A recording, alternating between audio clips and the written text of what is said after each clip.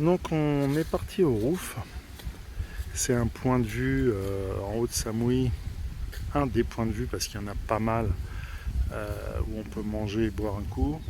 Donc on va aller voir ce que ça donne.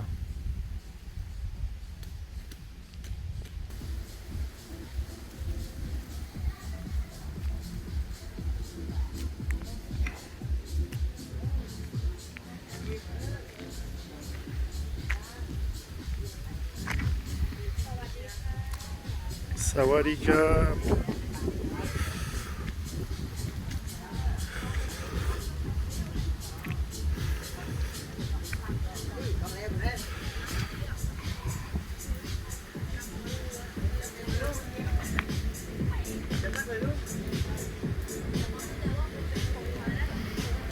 Donc en fait c'est un peu comme Jungle Club,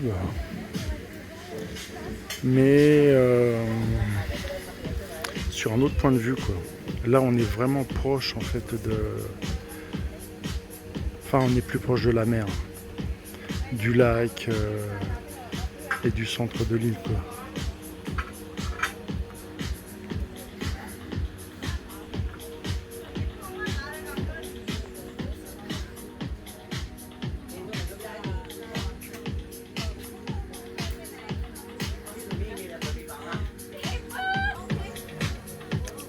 La vue là elle est à couper le souffle en fait. On voit hyper bien tout le nord de l'île, l'est. À Jungle Club on est encore plus haut et plus loin. On voit je dirais plus sur un plan plus large. Sur Rouf on voit vraiment on est vraiment proche de la mer quoi.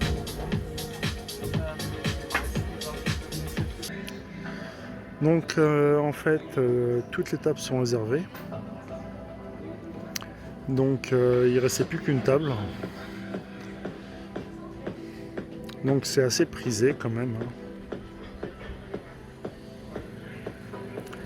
Bon, vu la vue qu'il y a, ça peut se comprendre.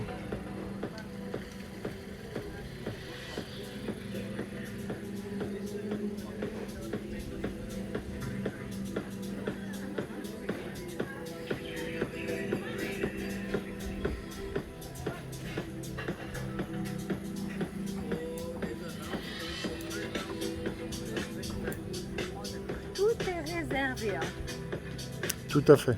devant. Et toi, c'est des trucs comme on a à la maison. Franck, il s'est un peu inspiré quand même. Hein.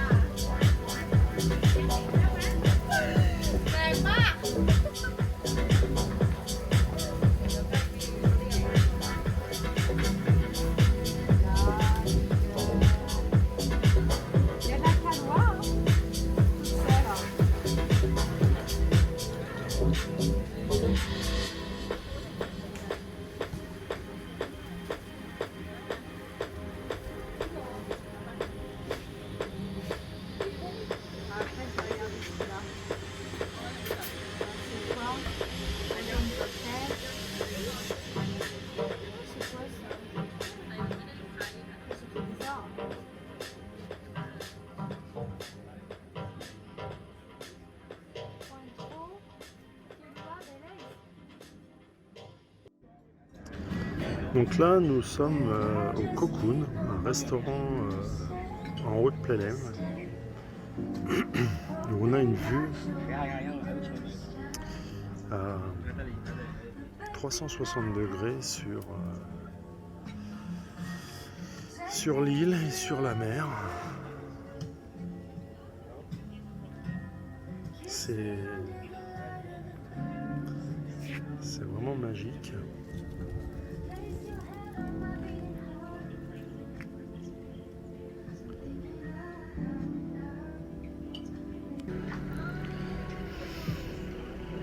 Ils sont ouverts 7 sur 7, midi et soir.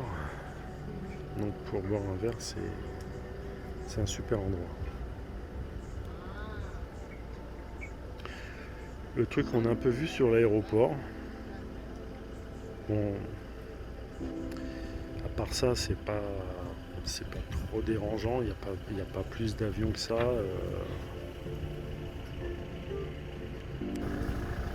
Donc c'est vraiment une bonne adresse quoi à faire.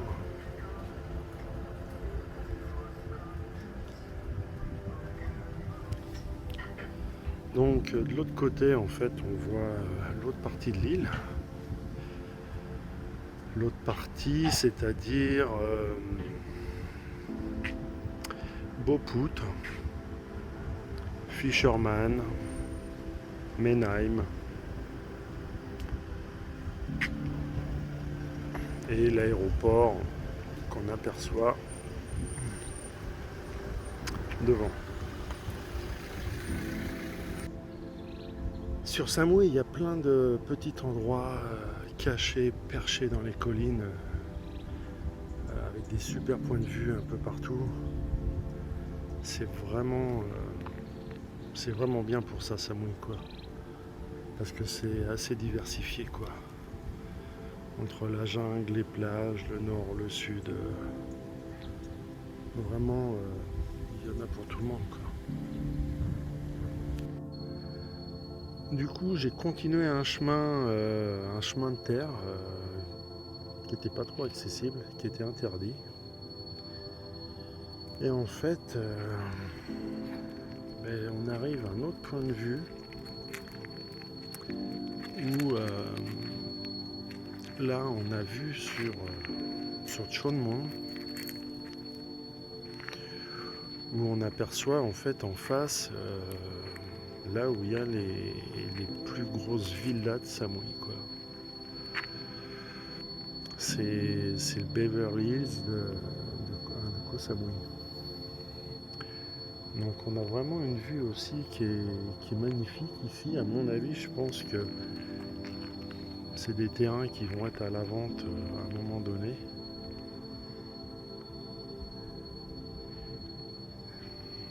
Et la vue est top.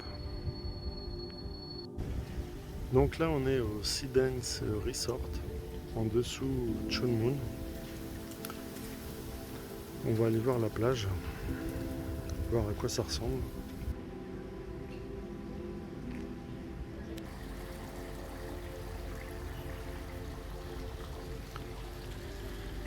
Il n'y a pas grand monde et en gros la plage elle est...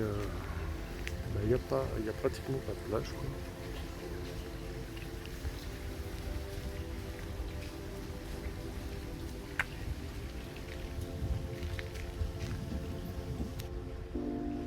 Donc il y a vraiment très peu de monde, quoi. C'est vraiment peu connu. C'est en dessous Chonmon. Pour y avoir accès, c'est pas forcément facile, c'est pas indiqué, c'est pas simple. Mais il n'y a pas de plage non plus. Donc voilà. Donc pour accéder à la plage de Chonmon, il y a plusieurs accès. Là on est sur l'accès via l'hôtel Sala, qui est indiqué, assez facile à trouver.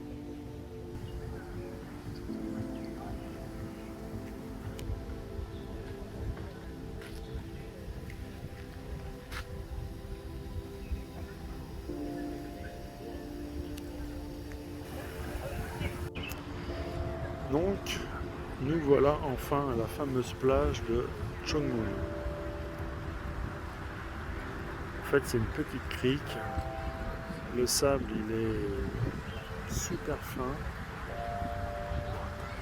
Maintenant, je m'attendais à nettement mieux quand même, quoi. C'est pas si paradisiaque que ça.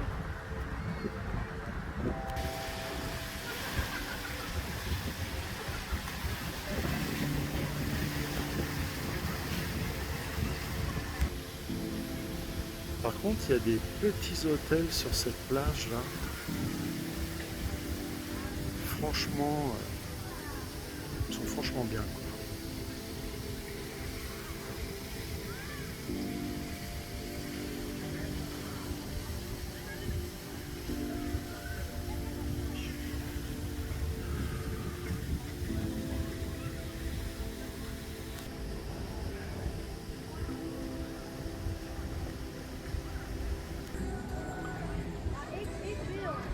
Donc on a des hôtels les uns à côté des autres.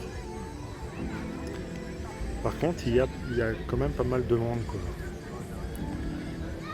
C'est un peu comme Chonmon. C'est un peu comme Shaweng, mais sur une toute petite surface, en fait.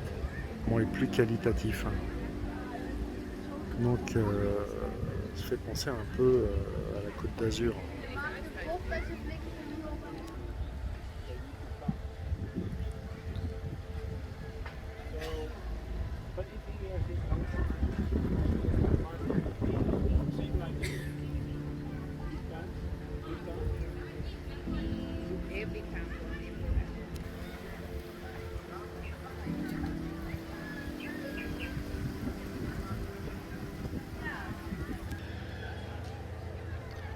Alors ici nous sommes dans le clan des Bleus. Tout est bleu en fait, c'est le village des Schtroumpfs.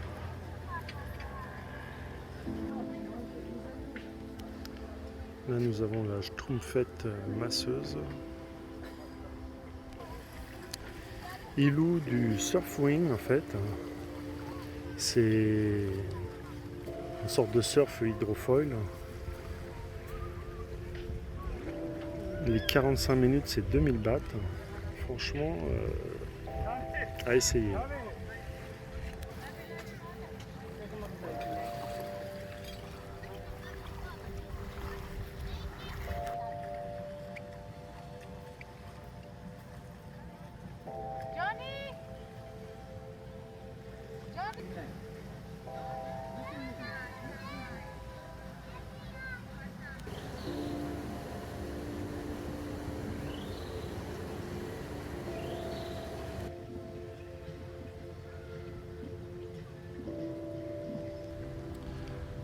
Donc voilà, on se trouve à l'opposé, à l'autre bout de la plage de Chonmon.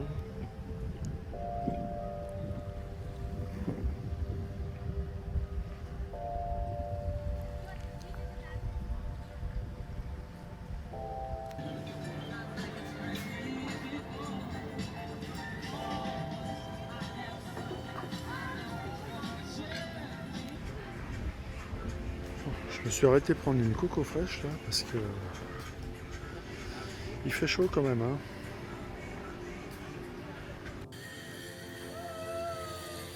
Donc on s'est arrêté à Tree Bridge Coffee. C'est un endroit où en fait on peut manger un petit resto sympa où il y a des ziplines et on peut même manger dans un arbre en fait. Donc avec une vue sur mer, c'est franchement sympa.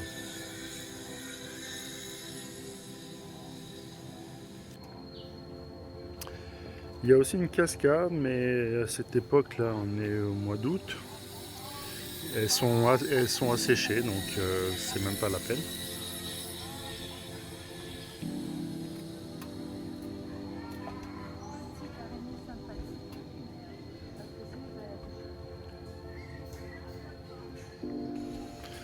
Donc là, on se trouve en fait au nord de l'île, sur Menheim. Donc il faut prendre, je crois que c'est au niveau de Menheim Soi 1 ou Soi 2. Et après, il faut monter dans la montagne. On est jeudi et il y a pas mal de monde apparemment.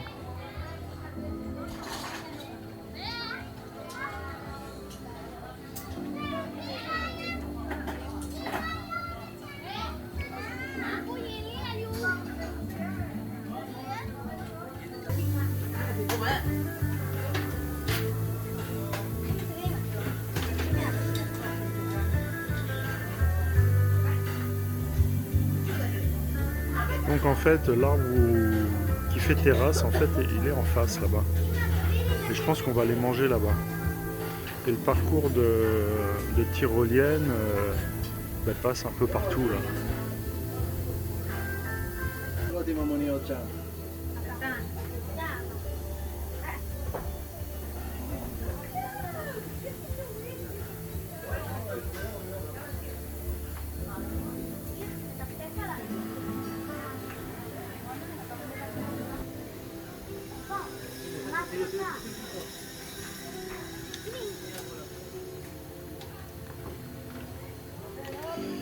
Donc là on est jeudi, en fait on s'est pointé et on ne pouvait pas manger.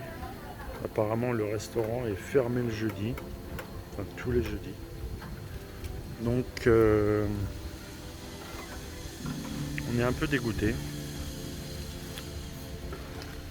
Donc voilà le restaurant qui est dans l'arbre. C'est une terrasse autour de 2 gros arbres.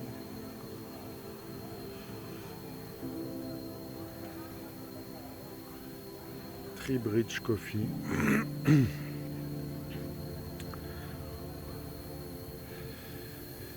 Et donc on a vue sur mer, vue sur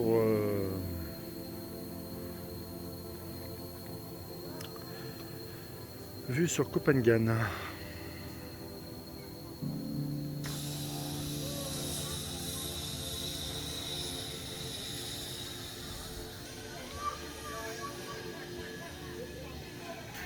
Donc les câbles, je pense qu'ils font 300-400 mètres de long.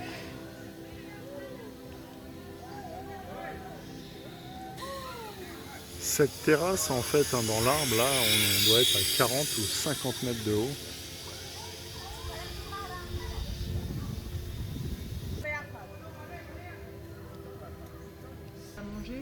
Bon, du coup, comme ils faisaient pas à manger là-bas parce qu'on était jeudi, on s'est arrêté à un petit resto juste après. En terrasse, on est tout seul, on a quand même une vue mer. Il y a de l'air, on est bien. Donc, et on regrette pas du tout. Non. Pour changer. Ouais. Donc à défaut de repas ici parce que le resto était fermé, on s'est fait un café frappé au Tree-Bridge. Oui. Voilà, donc pas plus mal. Yoga, Sandra fait son yoga. Non mais franchement. Ouais. Salle de yoga privée.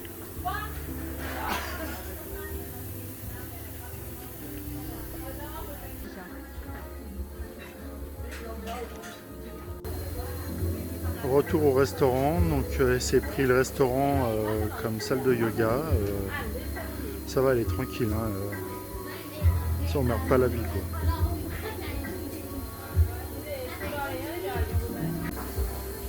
Bon, elle m'a dit qu'elle faisait l'autre côté et après on se barre. Parce que ça fait 1 heure qu'on est là. Donc. Tiens, regarde, elle me fait un doigt d'honneur là. Tiens, prends ça dans ton cul.